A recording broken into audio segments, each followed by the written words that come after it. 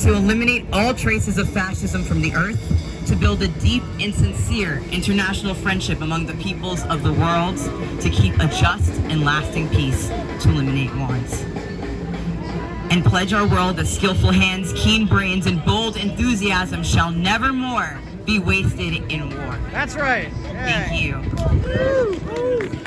So I'm one of the John Brown volunteers, and we go out on the streets every day and we educate people about socialism. We educate people about the need for a government of action to fight for working families. We are out there, we have our pins, we have our palm cards. If you'd like, you can take one. We have information.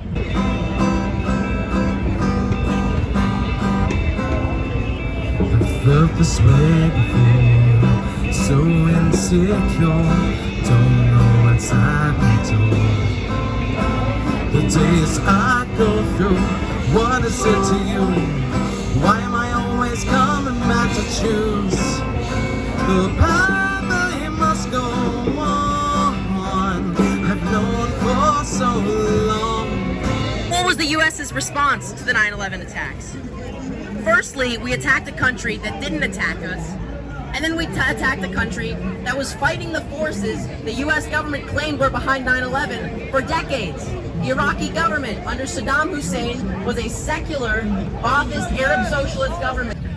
I want you to look at all the countries the USA has attacked since 9/11. Afghanistan. Is Afghanistan any better off than it was 20 years ago today? No! How about Iraq? Is Iraq any better off than it was 20 years ago today? No! How about Syria? Is Syria any better off than it was 20 years ago today? No! How about Libya? Is Libya any better off than it was 20 years ago today? Hell no! So tell me, if we're supposed to be fighting a war on terror, if we're supposed to be rescuing people from dictators, what's going on? Every time the imperialists want to make a case for war, they always tell us it's a desperate situation. They always tell us our lives are in danger from weapons of mass destruction. They always tell us that some brutal dictator is about to torture and kill people. But after the smoke clears, after the bombs are sent, after the schools and hospitals of the country are destroyed, after the independent government is overthrown, we learn that their allegations are mostly a pack of lies. And furthermore, we learn that the people of that country, the ones that we're supposed to be rescuing, that's why we had to bomb them, we learn that they're worse off than they were before. In Afghanistan, since the U.S. intervention, the terrorist groups, Al-Qaeda, ISIS-K, groups just like that expanded. They got bigger. They got stronger. They killed more people. How does that make sense if we were occupying that country to fight a war on terror? And do you know what else propped up in Afghanistan in the 20 years of U.S. military occupation? Poppy fields. Poppy fields popped up. There's cheap heroin flooding the world market. And why is that? Because when Wall Street and the Pentagon sunk their fangs into Afghanistan, they started building poppy fields. The opium trade, the heroin epidemic. Are there people in your neighborhood? Are there people in your community who have suffered from opioid addiction, who have seen their lives destroyed? Are there people that you know? Well, you can thank Joe Biden for that. You can thank Donald Trump for that. You can thank George W. Bush and Barack Obama for that. Because the whole 20 years that the United States was occupying Afghanistan, the poppy fields got bigger and bigger and bigger. The world market is flooded with cheap heroin thanks to the war on terror. Well, I say that heroin is terror.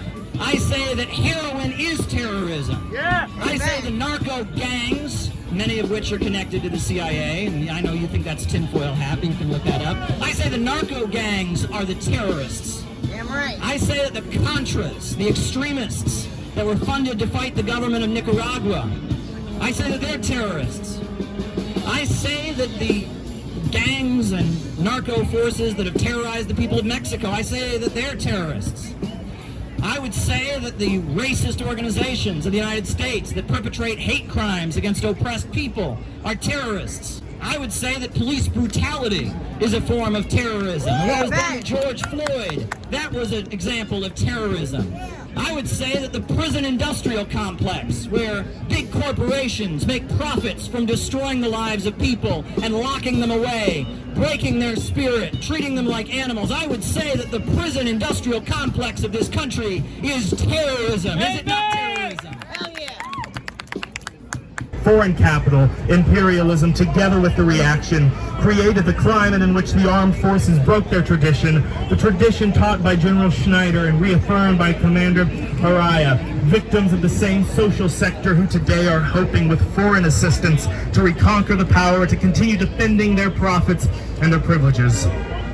I address you above all, the modest woman of our land, the campesina who believed in us, the mother who knew our concern for children. I address the professional of Chile. Revolutionary patriotism is the expression of international solidarity. It is solidarity for every worker whose jobs have been outsourced by multinational corporations. It is solidarity for political prisoners and non-violent prisoners. It is solidarity for the forgotten disabled community, people with both visible and invisible disabilities. And above all, it is the expression of city-building tendencies. Terrorism is when you destroy communities, when you get rid of the good-paying jobs, when you replace schools with jails. That's what terrorism looks like. Yes. You know, we're here in New York. So much homelessness around us, so much poverty. Go to Detroit, go to Pittsburgh, go to Cleveland, go to Atlanta, go to Chicago. So many neighborhoods, so many communities throughout America have been bombed, not with explosive bombs, but with economic bombs. They have bombed out the jobs. They have bombed out the economic opportunities. They have deprived communities of what they need to survive. So many communities, so many working people in the United States have seen their lives destroyed. That's terrorism. There is terrorism going on all around us. There's terrorism going on all around us. And the fact that they tell us they were fighting a war on terror, that they're trying to keep us safe from Al-Qaeda, when they're buddy-buddy with the Saudi government, the Kingdom of Saudi Arabia, the only government in the world that still cuts people's heads off in public. They want to tell us they're fighting terrorism when the majority of the 9/11 hijackers were from Saudi Arabia. When Osama Bin Laden, his parents owned the wealthiest construction firm that has a state monopoly on construction in Saudi Arabia. When right after 9/11, when all the planes were grounded, did you know this? When all the planes were on the ground in the country, not a single plane could go up in the air. They allowed one plane to go up in the air. And what plane was it? That was a plane for the Saudi royal family and the Bin Laden family. And it flew around the United States and it picked them up from their luxury hotels and it flew them out of the country to make sure they were safe. They were concerned about protecting Bin Laden's relatives, protecting the Saudi king. When we were fearing for our lives, I was a kid, I remember it, we were fearing for our lives, watching buildings fall down, afraid of what might happen next. We were fearing for our lives, and our government was trying to protect the Saudi kingdom. That's who they were trying to protect. They weren't trying to keep us safe. One of these corporations here in the United States need a union to fight for their rights, That's for right. them to be safe on the job site, so they get a fair wage, so they have an opportunity to better their lives. People need to organize, but they are scared because they don't know how to do it. The Center for Political Innovation shows the pathway out. This is why I'm a John Brown volunteer, and this is why I work to support the Center for Political Innovation. Every single day, the John Brown Volunteers has been going out on the streets advocating for a socialist message. Every day, we're in places like Washington Square and in Union Square, out in the New York area. We go to Prospect Park. We're going to places in Queens. We're doing what needs to be done in this time because the masses need to understand what power that they have if they collectively organize together. Immediately after this sour revolution, the United States began what was known as Operation Cyclone, in which they funded radical extremist terrorist elements in Afghanistan, largely coming from Saudi Arabia, who, according to the 28 pages, majority of the attackers on 9/11 were Saudi. Many people high up in Saudi Arabia were working with the U.S. imperialists on this Operation Cyclone. including an up-and-coming young Saudi businessman with a monopoly on construction. You may have heard of him, Osama Bin Laden. Yeah. Bin Laden was an awful human being, and yet the US media, up into the 1990s, was lauding Osama Bin Laden as a freedom fighter and as a warrior for peace. Why has the US been supporting these radical extremist groups to destabilize these governments all across the world for so long?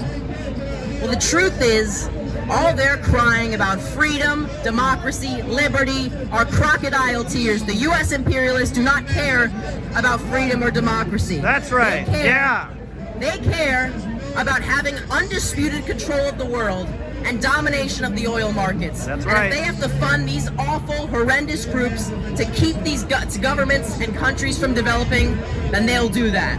The Saudi government is unleashing death and destruction on Yemen. It's their neighbor to the south. Yemen is being bombed and destroyed with U.S.-made weapons. The United States is arming the government of Saudi Arabia as they bomb schools, they bomb hospitals, they bomb healthcare clinics, they commit war crimes against the people of Yemen. The war on terror is a lie. This has been a war to protect terrorism. This has been a war to overthrow independent and socialist governments. This has been a war to expand the profits of oil banking monopolies and big bankers on Wall Street. That's what this war has been about.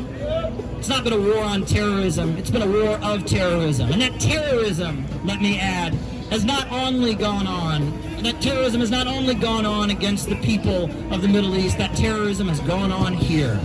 How many families lost their son or daughter who was in the military?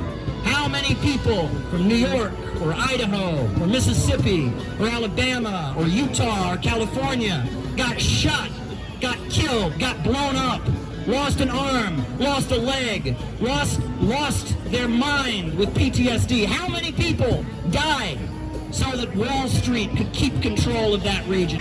A government of action that fights for working families. We're not sitting around and complaining on the internet that things are not good. We're going out and we're teaching people with socialist education what the future can look like, how we can get out of the crisis of capitalism. Right now, the unemployed masses need to be organized in unemployment councils. We have been inculcated with this idea that our entire identity as Americans is tied up with war, right? We're a gun country, we're a military country, our whole identity is tied up with war.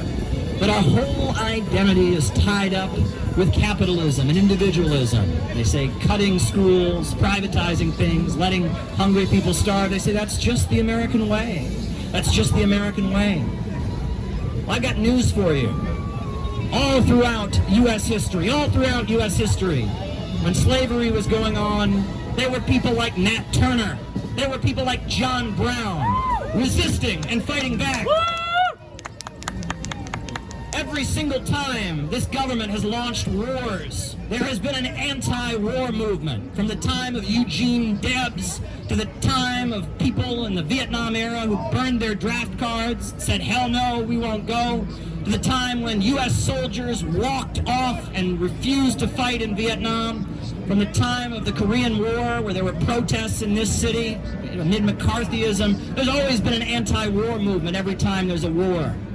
Furthermore, at the time when there was child labor in sweatshops in this country, there was a labor movement. There were people like Bill Haywood. There were people like Gus Hall. There were people like the Wobblies and the industrial workers of the world fighting for the rights of the working class. And I would like you to understand, that those people who built the labor unions, and those people who protested the wars, and those people who stood against slavery, and Dr. Martin Luther King Jr., and the Black Panthers, and Fred Hampton, and all the heroic legacy of resistance in the history of this country, they are just as much a part of U.S. history as are the war makers, and the bankers, and the militarists. And we are not going to hand over our entire identity as Americans to Donald Trump. We are not going to hand over our entire identity as Americans over to Joe Biden. We're not going to do it. We are part of this country. We, the opponents of imperialism, the opponents of racism, the opponents of anti-LGBT bigotry, the opponents of sexism, the opponents of all forms of oppression. We, the resistance, we are just as much a part of American history. And eventually, this current, this progressive side of the American people is going to take power. 27 different states, they're unpaving the roads. They're actually unpaving the roads of this country. We've got children drinking water that is contaminated with lead. We've got schools that are closing down. We got hospitals that are closing down. I say the government shouldn't be keeping its hands off. I say what we need is a government of action that will fight for working families. That's what we need, a government of action that will swing into action to fight for you and your family against the billionaire monopolists and their global financial terrorism. We need a government of action to fight for working families, to fight for jobs, schools, healthcare, and education. We have the Center for Political Innovation. We have a 4-point economic plan to rescue the United States of America. Step one in our economic plan is a mass mobilization to rebuild the country. New schools, new universities, new high-speed railway, new roads. It's time to hire the unemployed young people and put them to work, rebuilding the country. Step number one. Step number two, we call for public control of our natural resources. America's oil, America's gas, America's coal, and America's timber should be public property. They should be managed in a way that is good for the country, that is sustainable. And furthermore, the profits from our coal and our timber and our natural gas, the profits should go into the public budget so we can pay for schools and hospitals and healthcare and education. That's step number two. Step number three, we call for public control of the banking system. We call for the banking system to be publicly controlled. No more Federal Reserve, no more Chase, no more HSBC Bank, but a bank that works in the interests of the people. A bank that lends money strategically for the benefit of the community. And step number four, we would call for an economic Bill of Rights. The right to health care, the right to jobs, the right to education. This is what Roosevelt called for in his final speech, his final State of the Union address. Franklin Delano Roosevelt called for an economic Bill of Rights. But we say that just like we have the right to free speech, the right to freedom of religion, the right to freedom of assembly, we ought to have the right to a job, the right to health care, the right to education. Those four steps would drastically change the United States of America. They would be a step moving away from capitalism, a step moving toward a rational socialist economy. Because at the end of the day, as Caleb mentioned, our current government doesn't care about its people, right? It cares about profits. It is profits over people. It is profits over human lives. Necessary now to show the people of the world the other America, for there are two Americas, and millions of the people already distinguished between them. One is the Americas of the imperialists, of the little clique of capitalists, landlords, and militarists who are threatening and terrifying the world. This is the America the people of the world hate and fear. Then there's the other America, the America of the workers and farmers and the quote-unquote little people, the great majority of the people. That's right. They do the work of the country. They revere its old democratic traditions, its old record of friendship for other people of other lands. This is the America which must and will solve the world crisis by taking power out of the hands of the little clique of exploiters and parasites and establishing a government of workers and farmers. Workers and farmers government will immediately proceed to change things fundamentally. So you hear that, President Biden? We will fundamentally change America. That's right. Throw out the profit and rent hogs. Increase the living standards of the people who do the useful work. Assure freedom and democratic rights for all, not forgetting those who are denied any semblance of them now. Ground the airplanes with their dangling bombs. Hold out the hand of friendship and commodity help the oppressed and hungry people of the world. That's right. These people don't want to fight anybody. They want to live. There are 2 billion people in this world, and more than half of them don't get enough to eat. These people should be helped, not threatened, not driven back into slavery under the social system that has kept half of them hungry all their lives. Our great, rich, wonderful country was once the light and hope of the world. But our America has fallen into the hands of a small, selfish group who are trying to dominate the world and to set up a police state at home. These Wall Street money sharks are just as foreign to the real America as were the despots who ruled the land before the Revolution of 1776. They are just as foreign as were the traffickers in human flesh and blood, the slave owners whose power was broken by the Civil War, the blessed Second American Revolution. These imperialist rulers of America are the worst enemies of the American people. American democracy under their rule is slipping away. The fear that oppressed Mark Twain, the fear that America would lose its democracy is steadily becoming a reality. We advocate a new society where working families are in power and there is no more prophets in command. We believe human beings can grow, human beings can advance. The nature of human beings is to invent. Human beings are the tool makers. Human beings are the creative ones. In just 5,000, 6,000, maybe 7,000 or 8,000 years, we've gone from hunter-gatherers in the woods to space travel and iPhones. Ants have been making their ant farms the same way for millions of years. Beavers have been making their beaver dams the same way for millions of years. But we human beings are capable of creativity and innovation like no other species. No other species can do what we can do. And as a result of that, I say we can overcome capitalism. We overcame feudalism. We've overcome the slave empires of the past. We overcame hunter-gatherer civilization. We can overcome capitalism. No question about it, we can overcome capitalism.